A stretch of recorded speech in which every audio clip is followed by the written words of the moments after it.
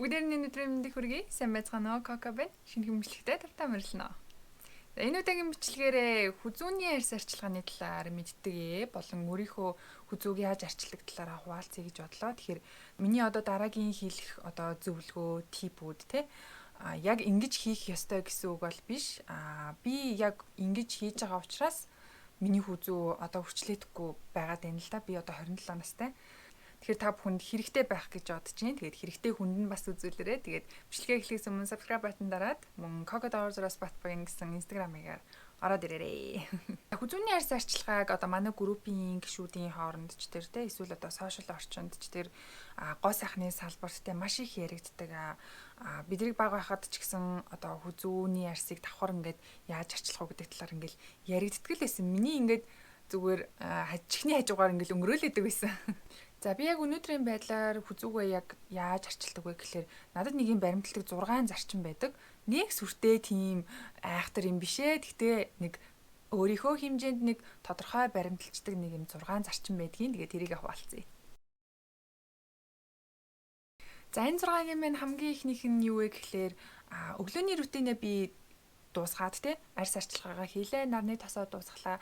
За гэ дараагийнхаа ажилд орохынхаа өмнө яг тэр нарны тосноосоо багахан хэмжээг аваад хүзүүндээ түрхчихдэг байгаа.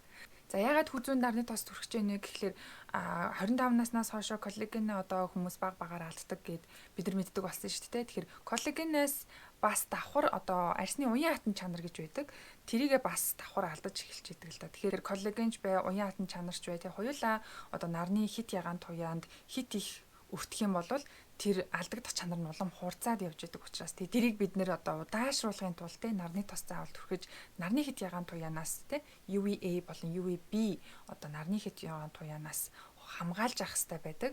Одоо бид нар нүүрэндээ нарны тосог болтой сэвх нөсөө тол болон хөгшрөлтийн эсрэг түрхэх хэрэгтэй байна гэдгийг ойлгож авсан хэдий ч одоо хүзүүндээ бас түрхээд хөвчих юм бол хүзүүнийхээ нөгөө ирээдүйд үүсэх үрчлээнээсээ бас хамгаална л гэсэн үг.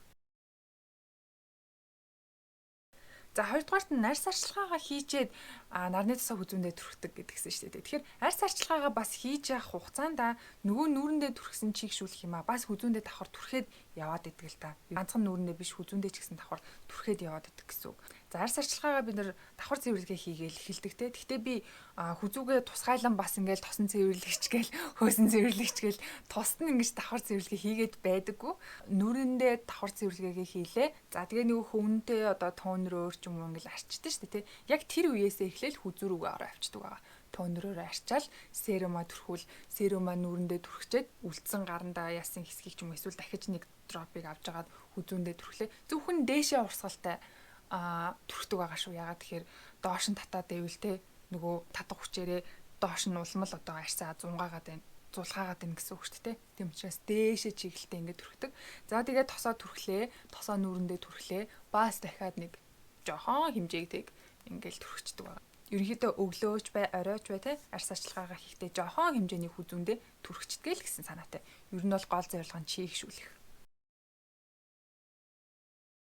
Миний хувьд бол яг өдөр болгон хүзүүндээ ингээд массаж хийгээд цаг зав байдаггүй гэхээсээ илүү нэг их тэгж өдөр болгон хийгээд байдаггүй. 7 хоногт нэг 2 удаа жоохон нэг цагтай, завтай нэг тайван скин кэрээ хийх үедээ тэ нэг юм нэг тусгайлан өөрийнхөө нэг арчилдаг өдөр байдаг та нэг маск тавиад за нэг тайван тэ тэгж одоо арьс арчилгаагаа хийхдээ мөн нэг давхар нэг хэдхэн минут нэг 3 минут юм уу 4 минут юм уу зарцуулаад массаж ингээд хүзүүндээ би хийждэг байгаа. Тэгээд магадгүй YouTube харж агаад массаж дуурайгаад бас заримдаа хийдэг, заримдаа өөрөө зүгээр мэдчихэгаад хуруугаараа гоё зүгээр дээш нь ингээд явуулаад энэ хуруугаараа зүгээр ингэж дээш нь явуулах чинь хүртэл өөрөө массаж болж өгч идэг. Тэгээд хүзүүнийхээ араар гоё цэгэн дээр дараад энэ эрүү хэсгээрээ гоё ингээд дээш нь ингээд сунгаад ингээд өгч нь өөрөө одоо тэр хавийн хэсгийг нь гоё ингээд суллаад те арьсны чинь бол энэ хавь чинь зөндөө олон судасгүйж байгаа бүтэнгийн гоё ингэж суллаад маргаашийн өдөрт чинь те эсвэл орой унтахад чинь маш гоё туслаад давхар массаж болоод биеинд чинь их амралт болж өгдөг байгаа. За йог гэхээр магадгүй одоо тусгайлан нүүрний йог хийдэг хүмүүс байгаа. Тэгэхээр нүүрний йог хийдэг хүмүүс бол аль эдийн хүзүүн маш гоё хүчлээгүү те амьдралынх нь хэм маяг болцсон байгаа гэж бодож байна. Би бол тусгайлан нүүрний йог бол хийдэггүй. Харин биеийн йог бол хийдэг. Харин биеийн йог хийж явах үед мэн те одоо жишээ нь доошоо ингээд харсан байрлал хийж байгаа дээшээ харж үед ч юм уу надад маш их мэдрэгддэг. Хүзүү хэсгээр маань сунаад нэг энэ хэсгээр ингээд нэг дасгал хийж байгаа нь мэдэгдээд идэг л дээ. Тэгэхээр биеийн йог хийсэн ч бай, нүрийн йог хийсэн ч бай, хүзүүнд бол маш гоё сонголт ирж хүзүүнд дасгал болж байгаа юм байна гэдгийг ойлгож аваад тэгээд биеийн йог маань надад их нөлөөлж байгаа санагдаад байгаа. Хүзүүний ярьсарчлаганд. Дөрөвдүгüрт нь миний нэг юм арга байдгийн октод манаас хэрэгжүүлдэг ахал та.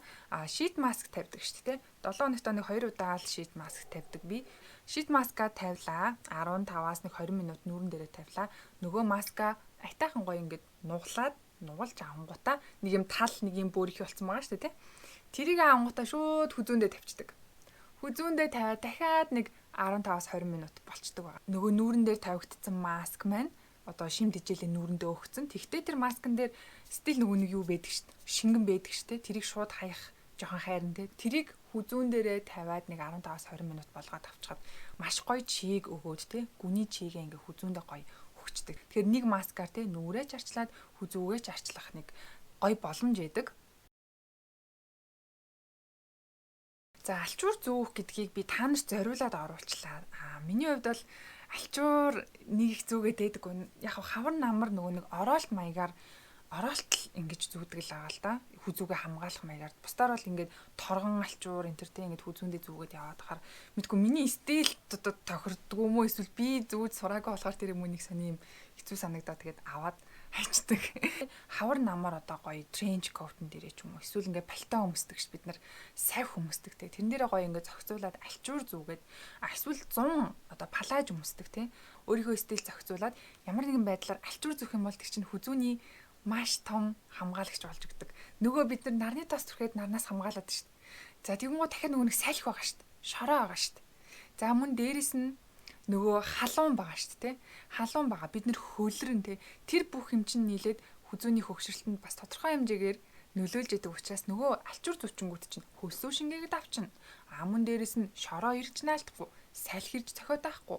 Нөгөө нар ирээд наалдаад ингээ те хөгшрөлтийн нөгөө туяагаа ингээ ялгаруулад байхгүй. Тэгэхээр алчуур зүүх бол маш ашигтай үйлдэл байгаа. Тэгэхээр би энэ зунаас алчуур зүүх гэж хичээнэ гэж бодож байгаа. За магадгүй нөгөө зөвхөн хүзүүндээ зүүхээс гадна нөгөө бүр ингэж зүүдэг хүмүүс байдаг шүү дээ. Ингээ нүүрийнхээ хажуугаар оруулаад ингэж уяад тэгээ артлаараа ингээд энэ төр те. Тэгм бол бүр сайн. Энэ хүзүү энэ хойдлын шил хүзүү те. За тэгээд энэ хоёр хацар хэсэг мэсгээр нарнаас хамгаалаад маш сайн хамгаалалт олж өгч байгаа гэсэн үг. За хамгийн сүүлд нь буруу зуршил гэж. За энэ буруу зуршлыг би бүр маш олон жил дагсаар ирсэн. За тэгээд үнэхээр арьс арчилгаанд онцгой анхаарал хандуулдаг болсноос хойш энэ зуршлыг шууд хайсан байгаа. Тэр нь юу вэ гэхлээр уцаа нэг мэдсэн чинь бид нар яадаг үлээ. Ингээд доош харцсан байж дээ шүү дээ. Бүр нэг арьс маань хурдхан шиг унжаасай гэсэн шиг. За одоо ингээд хажуунаас нь харъя л да ингээд доошоо харлаа те. Нөгөө арьс чинь өөрөө угаасаа нөгөө дэлхийн татах хүчээр ингээд доошоо явж байгаа, унжиж байгаа арьсыг бид нэр улам ингэж доош нь харуулад нөгөө арьсаа унжуулад хүзүүгээ те нугалруулад ингэсэн сууждаг. За бүр ингээд заримдаа буудан дээр ингээд хүмүүсийг харахад те ингэж сууж агаад хүзүүгээ яг энэ хэсгээр ингээд өвчлээ тэрэ гэж байгаа юм шиг яг ингэж гоё өвчлээж гэж агаад ингэсэн сууждаг штэ. Хамаат дүүнэр мүнэр бүр ингэсэн сууждаг штэ. Тэгэхээр энэ зуршил бол те хүзүүний арьс яг хаагаараа өвчлөөх вэ гэдгийг чинь яг зааж чиглүүлж өгч идэг. За нөгөө нарны хамгаалалт муутай, нөгөө чигшүүлэлт муутай, эсвэл одоо нөгөө нэг алчуур зүүхгүй те маш их одоо салхитаад одоо ингээд магтагаа яваад илээ гэж бодъё л да те. Тэгэхээр нөгөө нэг өвчлөөх магадлал маань маш өндөр болцсон байгаа үед нь яг ингээд суучингууд црэн гэд яг ингээд нөгөө зураасууд чинь үүсэж байгаа байхгүй юу. Нугалж шít бид нар арьсыг те. Тэгэхээр нөгөө нарны хамгаалалт бай, чигшүүлэлт бай, бусад одоо миний өмнөх ярьсан зүйлсүүдийг хийхээ хажуугаар нугалахгүйгээр айл болох юм тэнгэр байх юм бол нөгөө өвчлээ маань үүсэх одоо шалтгаан байхгүй л гэсэн үг. Аль болох нөгөө нэг явж байхдаа ийм цэмцгээр те нөгөө нуруугаа зүв авч явах чинь хүртэл хүзүүний арьс арчилгаанд нөлөөлөө авчиж байгаа байхгүй. Хэдий ингээд сайн алчуур зүгээд нарны тоос өгөөд ингээд бүхтийгүүд ингээд яваа тэгвэл тэгэл бас л хүзүүний өвчлөө үүсэх тийм нөхцөл болцоо үүсээд явчихж байгаа юм л та. Тэгэхээр саяны хэлсэн те 6 зүйлийг бүгдийг гоё ингээд цогцлоогоод те бүгднгийн хэрэгжүүлэх юм бол нөгөө толгоор үрчлээгүй те залуу зураасгүй юм гоё залуу хүзүүгээ хадгалж авч үлдэж болох юм байна гэдгийг хэлхийг хүссэн юм. За магадгүй айл хэдийн үрчлээ үүссэн байж болно шүү дээ те. Эдгээр одоо зуршлуудыг хийсээр байгаад ч юм уу. Эсвэл одоо өвчний улмаас ч юм уу те ямар нэгэн байдлаар жин нэмсэн байж байгаа буцаагаад одоо турах үед те хүзүүн дээр бас үрчлээ үүсч болох учраас аль хэдийн үрчлээ үүссэн байгаа хүмүүс маа санаа зовлтгүй эдгээр 6 зүйлсийг цаашдаа л одоо хэрэгжүүлээд явчих. Тэгэх юм бол нэмж ядаж үрчлээ үүсэхгүй мөн байгаа үрчлээ чинь багасаад одоо явна гэсэн. Магадгүй одоо нэмэлтээр сайн дасгал хөдөлгөөн йога хийгээд яваад байж болох байх гэж бодож байна. За асуултанд хариулъя. Яг сэдвүүдэд тохируулаад хүзүүний яар сарчилгаатай холбогдлолтой асуулт сонгочлоо л доо. Сайн уу Коко, өдрийн минь төргий. Миний асуултандаа л хариулаад өгөөрэй. Хүзүүгээр батг гараад зүгээр болохгүй юм аа. Яавал дээрвээ уул нь нүүрний батгшил багасж байгаа Cosrx propolis сет хэрэглэж байгаа гэж байна. За Cosrx-ийн propolis лайныг хэрэглээд нүүрнийх нь батг багасч чинь гэж шүү. Баярлалаа. Баяр хүргэе. За хүзүүний батг одоо бурахгүй байна гэж тэгж штэ. Тэгэхээр хүзүүний батг бол хид хидийн одоо шалтгаантай байдаг. Юуны төрөнд эмчит хандахыг би зөвлөж байна. Ягаад тэгэхээр хүзүүн дээр батг гаргана гэдэг нь өөрөө эсвэл шилжилтийн насан дээрөө эсвэл одоо жирэмсний хүү эсвэл төрсний дараа юу те ямар нэгэн байдлаар гормоны тэнцвэржил байдал алдагдсан улмаас хүзүүн дээр хөвчлэн гарах тохиолдол байдаг. Тийм учраас хамгийн түрүүнд эмчит үзүүлээд юу болоод байгаагаа ойлгоод дараа нь хүзүүнийхээ арьс арчилгаанд анхаарч эхлэх хэрэгтэй болов уу гэж бодож байна. За арьс арчилгаанд яаж анхаарах вэ гэхлээр бүтээгдэхүүн гэхээсээ өмнө тэг хүмүүс яг арьс арчилгаанд анхаараа одоо би яг юу хэрэглэх вэ гэдээ яг шууд бүтээгдэхүүн рүү сохор хараад идэг. Үгүй эхлээд өөрийнхөө амьдралын хэм маягийг харах хэрэгтэй. За яг юу идэж уугаад байна тий? Junk food нөгөө амар арьсанд хоолох хөнөөлтөй чипс, бэлэн гомон одоо юу гэдгийг тий шарсан төмөс, бургер энэ төр идээд байна уу? Газтай ундаа уугаад байна уу? Тэр мөр чинь бүх одоо ходоод руу ч орж байгаа эрүүл биш зүйлс арьсны одоо хаач байсан те нүүрэн дээр ч байсан хүзүүн дээр ч байсан одоо сууган одоо нуруунд дээр ч байсан бүх гарч байгаа батханд чинь нөлөөтэй байдаг учраас хамгийн түрүүнд ходоод руугаа орж байгаа зүйлсээ харах хэрэгтэй. За мөн дээрэс нь хүзүүн дээр одоо батг гарч байгаа хүмүүсийн нийтлэг шинж нь маш их хөлрөдөг хүмүүс байдаг. Хөлрөөл жоохон алхаал ингээл хөлрөөл яг энэ хэсгээс нь хөлс ингээд урсчдаг тий. Дасгал хөдөлгөөн хийдэг байсан ч бай, эсвэл зүгээр жоохон алхахад ч бай тий. Маш их хэмжээгээр хөлрөдөг хүн байх юм бол төр зурдаа тэр дасгалаа жоохон болоод тий. Төр зурдаа тэгж амар хөлрөлтлөө алхахаа болоод хэсэгтээ жоохон хөлрөхөө азнаараа гэж хэлмээр байна. Бас тэр хөлрөлтөө анзаараад ойр ойрхон усанд ороод тий. Аль хэсгээр илүү их хөлрөөд энэ тэр хэсгээр ойр ойрхон ингэж арчаад цэвэрхэн альчуураар ч юм уу. За тэгээд араас нь нөгөө арьс арчилгааны бүтээгдэхүүн рүүгээ орж ирнэ. Зөөлөн цэвэрлэгээ хийх хэрэгтэй. Нөгөө амар биеийн хүчин шүлтийн хэмжээ нь одоо тогтворж байгаагүй тийм одоо body wash-аар тий хүзүүгээ бас угаагаад тахаар тэр чинь хүчин шүлтийн хэмжээ нь алдагтаад батг нь одоо ихснүү гэхээс биш багасгүй.